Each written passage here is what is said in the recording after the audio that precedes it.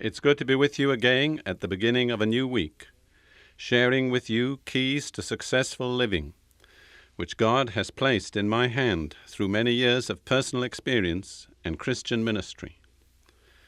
My theme for this week is hearing God's voice. I believe you'll find it exciting and inspiring. The Bible reveals that God has dealt with the human race in different ways in different periods of human history. God's different ways of dealing with the human race in different periods, theologically, the title for that is Dispensations. So what I'm saying is, over the recorded history of the human race in the Bible, we find various different dispensations. That is, different periods in which God dealt in a specific way with the human race. Then later, in some respects, he changed his way of dealing. We would call that changing from one dispensation to another. That's the technical, theological word. Now, I'm saying this because I want to point out certain facts about the dispensations, ways in which they differ, and then one important way in which they do not differ. Let's take three main dispensations that are generally recognized in the Bible. The first is the dispensation of the patriarchs. That means the fathers of families. People like Abraham, Isaac, Jacob, even before them, people like Enoch and Noah. In that period, in that dispensation, God dealt primarily with individuals and with their families, and they related directly to God. Then there came the dispensation which is often called the dispensation of the law, when God began to deal with Israel specifically as a collective nation, and he put them under a special law, which was special for Israel, and a law that did not apply entirely to other nations. And during this period, this dispensation, for most of the time, Israel had a temple and a priesthood. So the outstanding features of that dispensation were the law, the temple, and the priesthood. And then there came what we usually call the dispensation of the gospel, which is really a proclamation to the whole human race, irrespective of their race or their nationality. And this proclamation of the gospel requires from each person an individual response. So you see, we can discern three major dispensations: the patriarchs, Israel under the law, and then the dispensation of the gospel in which we are still living today.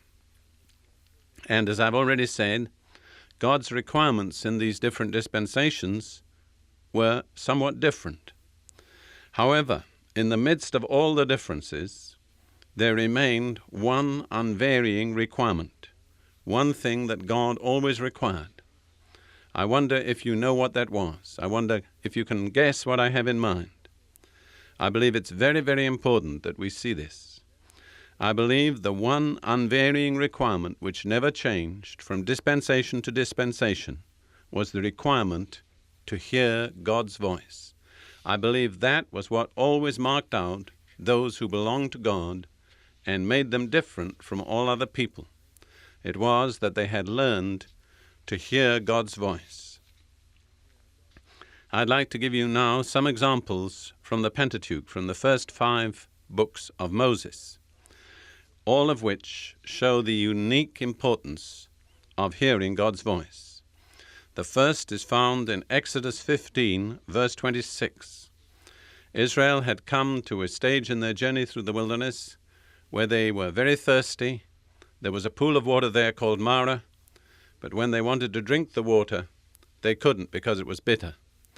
And Moses prayed to the Lord showed him a certain tree. When he cast the tree into the waters were healed and the people could drink.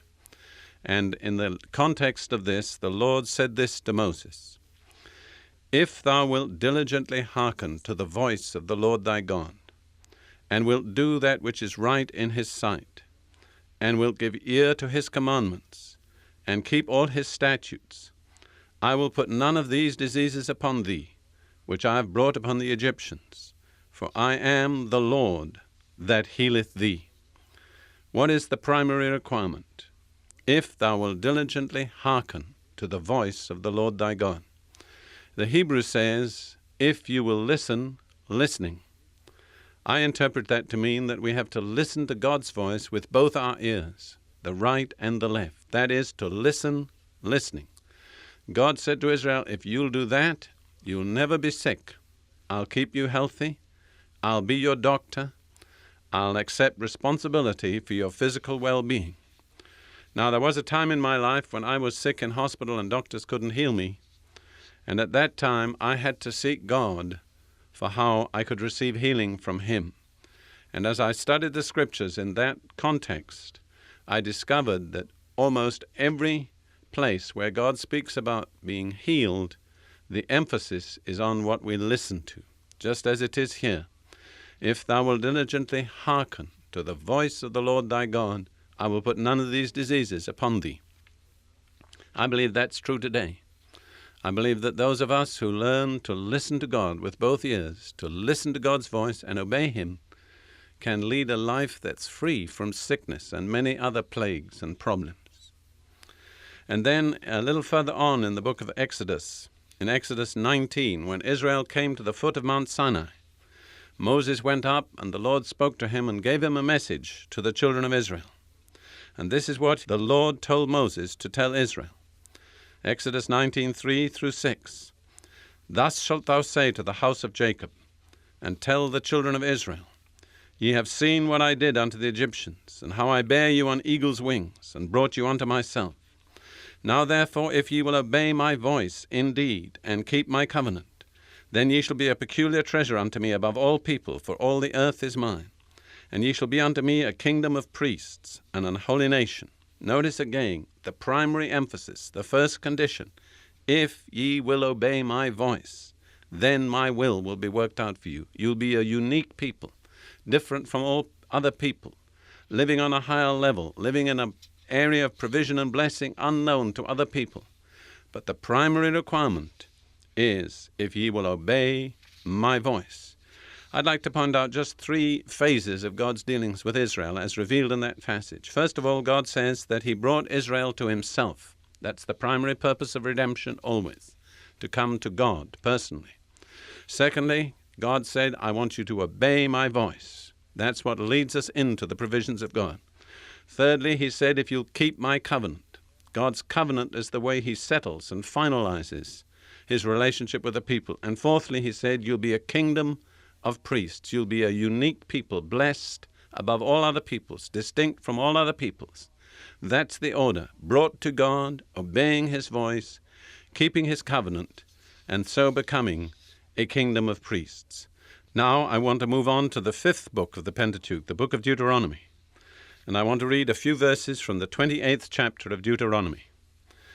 These words were spoken by Moses to Israel just before they entered their inheritance in the land of Canaan. They were a kind of recapitulation of God's requirements.